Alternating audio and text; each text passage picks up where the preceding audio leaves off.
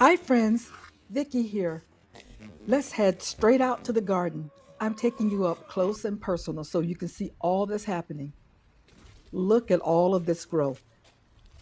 I have no words to express my amazement, but I can say this. This is how to grow a garden in a small space. Whether you're growing food and flowers, this is what you do. Think about how many plants are in the green stalks alone. Let's take a look at my peppers, guys. They are thriving in this green stalk.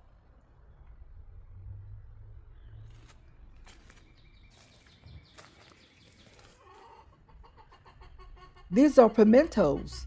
The only pimentos I've ever seen were in a jar from the grocery store.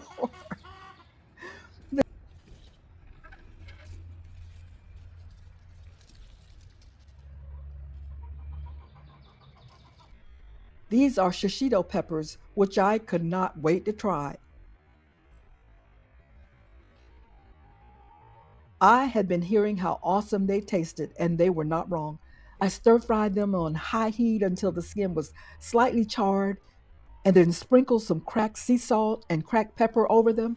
They were delicious. These are Jimmy Nardello peppers. A couple of them have already started to turn red. I can't wait to taste those too. Unfortunately, among these beauties are a few casualties. Look at this poor thing here. This one and a few others died due to rookie error, sadly. I think I either overwatered, over fertilized, or possibly both. Now take a look at this one, guys. It's called Orange Lesia. I'm not exactly sure if that's how it's pronounced, but I'll put the name up on the screen. It looks like a giant green Hershey's Kiss. I can't wait to try that too. It's going to turn a beautiful, deep, bronzy orange. Supposedly, it's a much sought after gourmet pepper and supposed to be delicious, thick walled and sweet. Onto the bush beans. Three types: provider, jade, and contender. You know what else I'm excited about? My tomatoes. I planted tomatoes and peppers a month early this year to try to beat the Florida Zone 9A summer heat, which meant that I had to cover and uncover them with frost cloth for a few weeks to protect them from the record cold that our city experienced.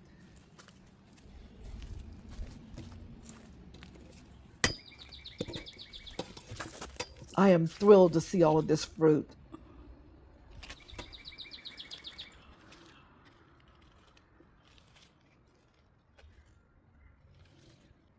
And just as important, all the blooms. Look at them. This is just crazy. Amazing. I'm so happy, guys.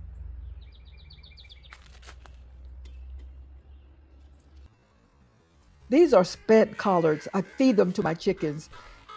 Basically, anything that was left over from the fall and winter garden that's still producing greenery. And I don't need the space for anything else. Every day I try to bring them something from the garden. I'm growing Space Master cucumbers in this green stalk. The vines grow only about 2 to 3 feet long, so they should do well here. I just sowed the seeds, and I'm using these seedling covers to protect the seeds and the tender seedlings from squirrels and birds. And their main function is to help keep in some of the moisture. But another important function in my case, they remind me to water the seeds.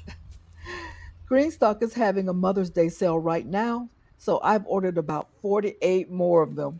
I plan to do a lot more direct sowing rather than starting seeds indoors. I think it's going to make my life much easier. By the way, I also ordered GreenStalk number 11. Yes, razzleberry. I couldn't resist, guys. What can I say? These are my okra seedlings that I started inside. I'm growing 4 different varieties. I'll be planting those in this raised bed in a day or two. This is the final onion harvest. Guys, I am so proud of my onions. Last year was a wash. They were tiny little things, The other onions I harvested are in the sunroom curing. I'll show you those too. Over there is my new cucumber bed and trellis. That's where the regular sized cucumbers will go. And that little plant beside the cucumber bed is Roselle. I started several, but only one made it this far. But that's fine. I doubt that I'll need more than one. This is what's left of my Brussels sprouts. They didn't perform that great, but knowing what I know now, I think I either didn't water them enough, fertilize them enough, or I used too much nitrogen fertilizer because the leaves were humongous, but the sprouts weren't. Or it could have been the heat. I don't know for certain.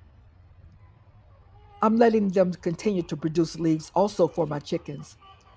Of course, I can't have a garden without some lovely flowers. Zinnias never let you down. Basil can also bring some beauty to the space. There's also nasturtiums, alyssums, marigolds, snapdragons, calendulas, all scattered throughout the garden. Oh, look, guys, there are two female carpenter bees chilling out in the shade of the zinnia petals.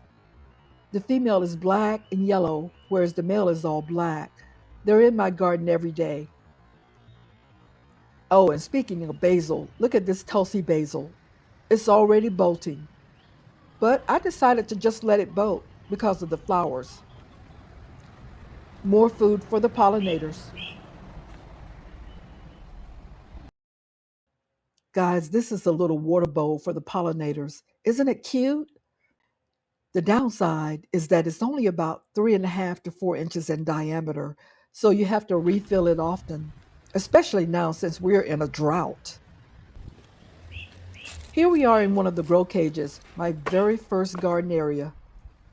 Now, this was a lovely surprise for me. Sunflowers growing in my compost bin. I didn't plant them. They're from my chickens' bedding. Look how they space themselves out as if they planted it. Also, one is large, the next one is medium size, and the third one is small, like a little family, mama, papa, and baby. And beyond the parsley are three more green zebra tomato plants that I didn't have the heart to throw away, guys. These potted plants down the middle here are shade-tolerant flowers that I grew from tubers and bare roots that I purchased from Eden Brothers. I'm letting them mature here until they flower so that I can see what they look like before I make the decision about where to plant them and how to arrange them. These and the larger pots up front are imperial pincushions and giant dahlias. Those would be moving out into the sun soon so that hopefully they can start producing flowers. I'm excited to see what they'll look like when they bloom. Oh, the perks of growing something for the first time. And in my case, there are quite a lot of things I'm growing for the first time. Okay, we're inside the sunroom. These are the onions that I already harvested, some 3 weeks ago and some about 2 weeks ago. They'll cure here. I have a ceiling fan going in here. Look how big some of them are. I am so happy. I've already given one of my nieces 10 of them, and I have several more relatives who will be getting some of them as well. Friends, a word of encouragement. You can absolutely grow a lot of food in a small space, as you have seen in my backyard. And another thing to encourage you, I'm a retiree, and I did all of this by myself. The setup and infrastructure, including assembling raised beds and filling them with soil, assembling those grow cages, and so on. And I did all of this with severe arthritis in my lower back. Oftentimes, I do the work in stages. One day, I fill a raised bed with soil and amendments. The second day, I plant. The third day, I mulch. I've made it my goal to experience and enjoy the journey.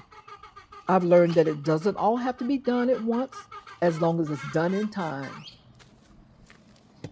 Friends, if you enjoyed the video today, please hit the like button and leave a comment below. Share what's going on in your garden. Remember also that you can post photos of your garden in the community section. And don't forget to subscribe if you would like to know what I'm up to next with my garden, chickens, my endangered heritage breed livestock research, and my deep dives into learning to preserve our resources for future generations. Thank you for watching, and I'll see you in the next one.